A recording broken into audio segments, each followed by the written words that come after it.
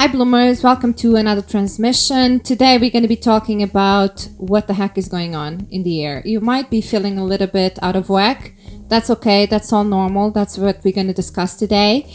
Mind you, I'm not an astrologer. The messages that I bring are from my spirit guides in regards to what is happening on a collective level, okay? So be mindful of that. The funny thing is that I got a lot of messages the last few days, and many of them were saying, Anna, these recordings are the only thing keeping me alive. And that made me laugh because I know how intense this is getting for all of us. And if I can help you and assist you with the transmissions that I receive for myself, then I am glad to share with all of you. So the reason why I give you a little bit of tough love, it's not coming from ego. It's because I know your potential. So I want to remind you of all the places where you have been diminishing yourself, thinking that you are less than who you are, so you can start taking accountability and responsibility for your life and change it, okay? That's what I want to bring more than anything. Change by the remembrance of who you are and your full potential, okay? So let's talk about the Saturn return, because I feel like this is affecting a lot of us in many different ways, right? So I already talked about how Saturn returning is daddy's home, you know, and how we needed to tie up loose ends and all of that. But I want to go deeper into that today. So I wanted to start by explaining that the last time that Saturn was direct, you were receiving a lot of inspiration, ideas, a drive, new projects, new dreams, new things that you wanted to do, right? And you have received that information. And somehow life happened and you might have put some of those ideas in the back of the drawer. Whether you didn't believe that you were capable of doing, you didn't feel qualified, you didn't feel good enough, or because you had other circumstances happening in your life. That happens a lot as well. Someone new came into your life, new emotions came into your life, whatever happened, but you didn't do them, right? And so now Saturn coming back, it's gonna make you sit down and go through the list that he left you to do. Simple as that. Saturn gave you a to-do list a while back, and you knew you had to work on those things, but somehow you didn't. No tea, no shade, no judgment either. You didn't do them, but somehow you knew that you had to do them. Maybe some of them made you feel guilty because you didn't do them and you knew that you needed to do them, right? So what Saturn is doing here, because what we're going through on a collective level might feel like 1 week you are taking an emotional beating. You are being banged sideways. Let me tell you, emotions from the past, childhood stuff, repressed feelings, stuff that you have ignored in the past, all of those things come to you and you spend a whole week trying to feel better about it, trying to transmute those energies, those feelings, those nagging emotions, you know, knocking on your door, you know, come look, let's do this now. Let's think about all the times you have failed in your life, right? So you have that week, and then it seems like you have like a small window of time where you actually like, whew, it's gone, I can breathe again, you know, and you know, the universe gives you a couple of days to rest and recuperate, and you know, you're starting to feel better and you think that you have healed and everything is behind you, and then bang, another week comes and you have to deal with it all over again. So I wanted to explain how to get out of this cycle a little bit easier. I'm not going to say that, you know, do this and, you know, and it's done and you're free to go. It might not be that easy, but at least you will be aware of what the signs are in your life and what the universe is trying to do with you at the moment, okay? So let's look at that to-do list, because you had it in your hands and somehow life happened, you didn't do them.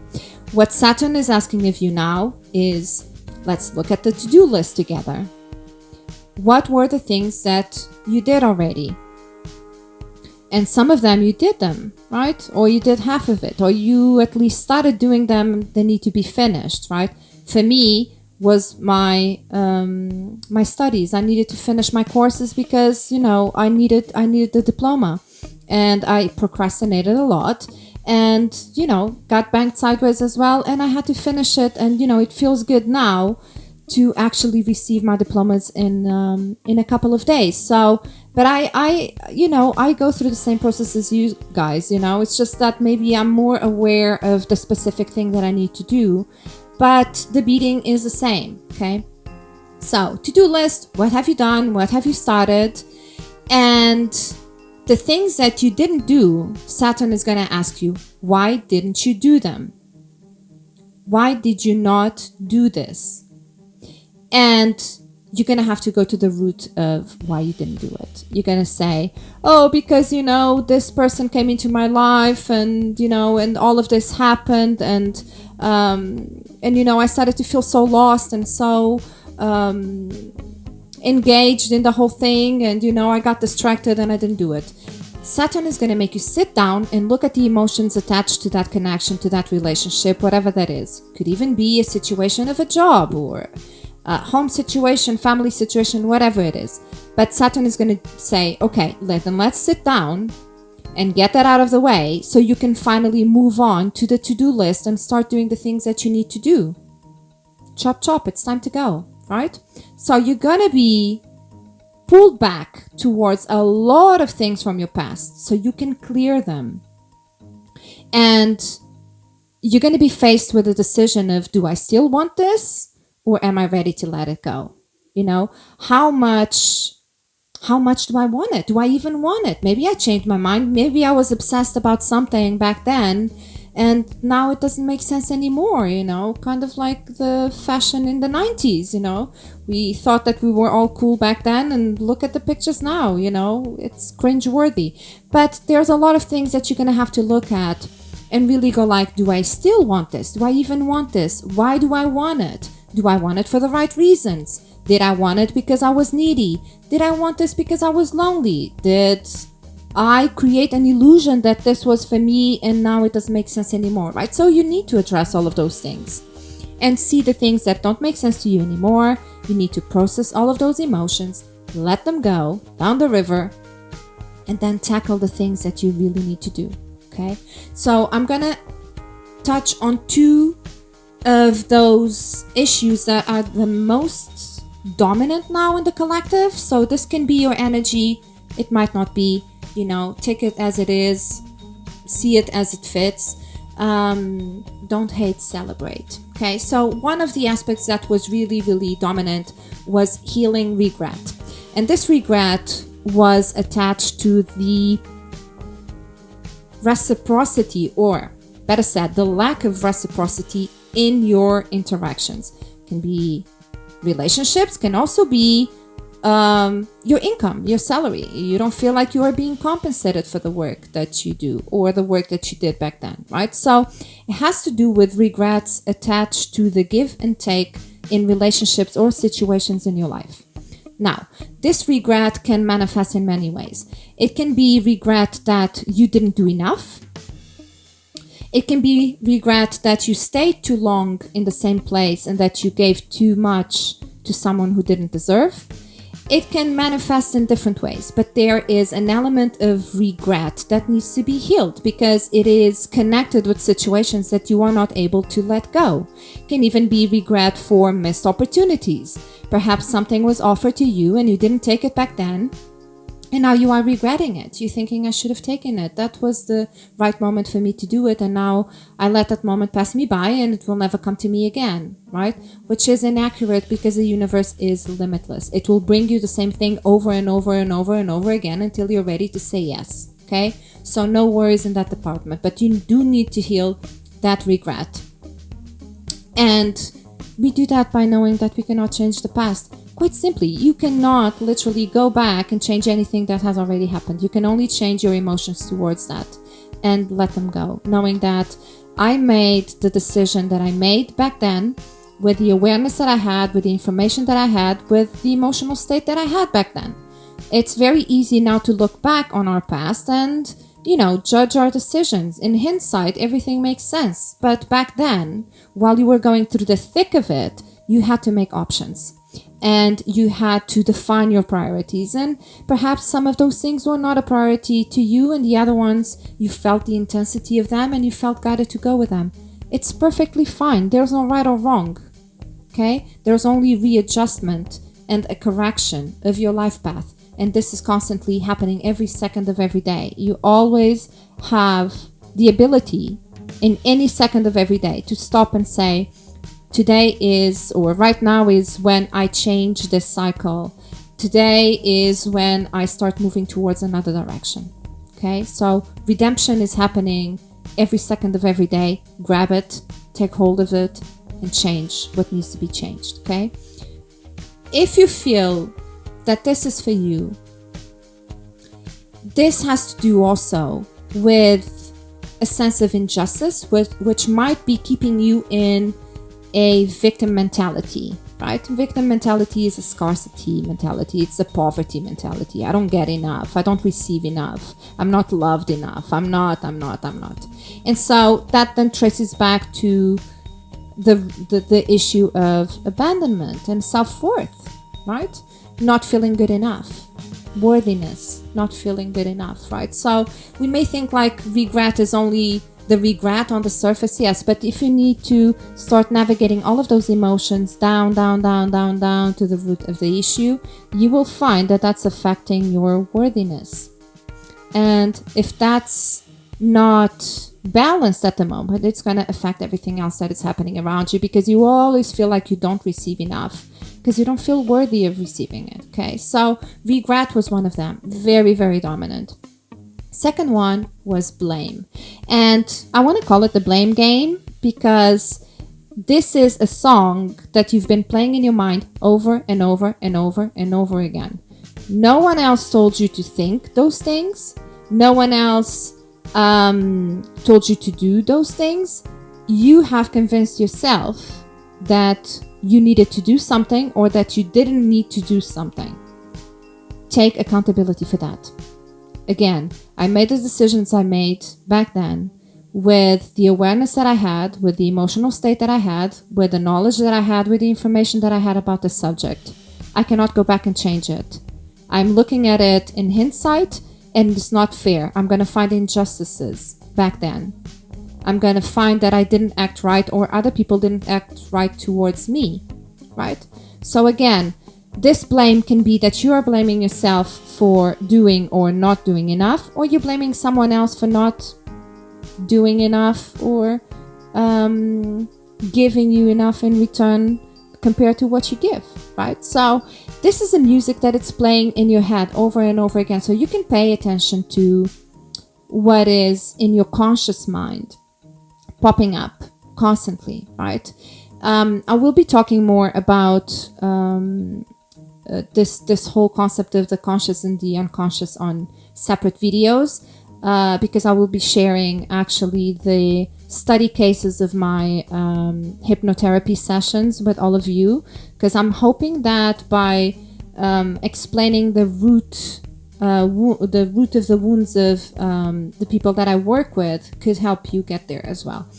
But one of the things that that is taught in hypnotherapy is the difference between the conscious mind and the unconscious mind. So your conscious mind is the analytical mind, the one that analyzes, examines, brings the logic into everything that you do, right? So it's constantly going through that process of understanding things and putting labels on them and judging things and people in front of you. And then the unconscious mind is your intuitive side, is your instinct, is the sensitive side of you. It's one that doesn't need logic to operate. Like imagine if I tell you now, can you lift your right arm? You would do it without even thinking. You're not telling your arm to lift, or your hand to extend, or your fingers to do anything. You simply lift your arm, you know. You go through many stages of your unconscious mind during the day without even realizing. One of them is driving. right? When you're driving, you're not thinking about, I need to put another gear, I need to, right? It's so intuitive, you know, it's instinct. You just drive, that's it. You know, you need to look in the mirror, you know, you need to, you know, use your lights, use this, use that, and it's very intuitive. You don't even put any logic into it. Another one is reading. You don't tell your eyes to, you know, change the paragraph or to read the next line. You do it intuitively because you are emotionally involved in the process of what is happening, right? And your logical mind is shut down. Watching movies as well, right? You're watching, you're feeling, you're participating in what is being shown, you are feeling the music, you are listening to the voice, and you are going with the emotions that are being shown by that movie, okay? So the conscious mind is the analytical side, the unconscious mind is the intuitive side, okay? What hypnotherapy actually does is bring the unconscious into the conscious. So we become aware of the things that we've been hiding, which is a very interesting process. But anyway, just to explain that this whole music, song, whatever it is that you're telling yourself constantly in a loop in your mind was created by you. And it's created by your conscious mind, your analytical side, the one that needs to analyze, put a label, judge things by being right or wrong, good or bad, dark or light. You know, that's what our conscious mind does, constantly judging everything that is happening to us. So, you know, change the song, change the channel, change the station even, right? Start playing something else, because if you have accumulated all of those thoughts of blame, whether you're putting it on others or yourself, it's on you. Nobody told you to do that. Was your conscious mind just creating judgments, false judgments and assumptions of your own self-worth and the worth of other people around you based on what you are experiencing to be enough or not enough, which is in this case, it's not enough, right? That has been a theme very present in my transmissions. You understanding that this is not enough for me, right? This is not enough for me. And it's not that other people need to give you more, is that you need to demand more for yourself, which is completely different, right? When you get into a stage of thinking, okay, this is not enough for me, I need more, you don't go into asking someone else or demanding someone else, depends how soft you are. You don't go ask someone to give it to you. You start creating it yourself. And you can create that through, you know, increasing your self-worth, your self-respect, your self-love, your mindset, right? You need to have the right mindset in order to attract the things that you are wanting. Because you can even, on a conscious level, believe that you deserve something and you know that you are worthy of it. But if that belief doesn't align with the beliefs that you have in your unconscious mind, because you haven't healed old wounds, then, you know, it's not going to happen. It's just there's a disagreement between your beliefs, you know. It's almost you saying something out loud that you don't truly believe. It's the same thing, right? So there's a distortion between what you believe consciously and what you carry unconsciously. And it's that side of the unconscious mind that needs to be healed. It's those thoughts that need to come up to the surface so your conscious mind can start processing them, right? So you can clear them out. So that was the other thing that was very present. So one was the regret, the other one was the blame. Again, can be regret that you did too much or not enough, missed opportunities. That is very dominant here.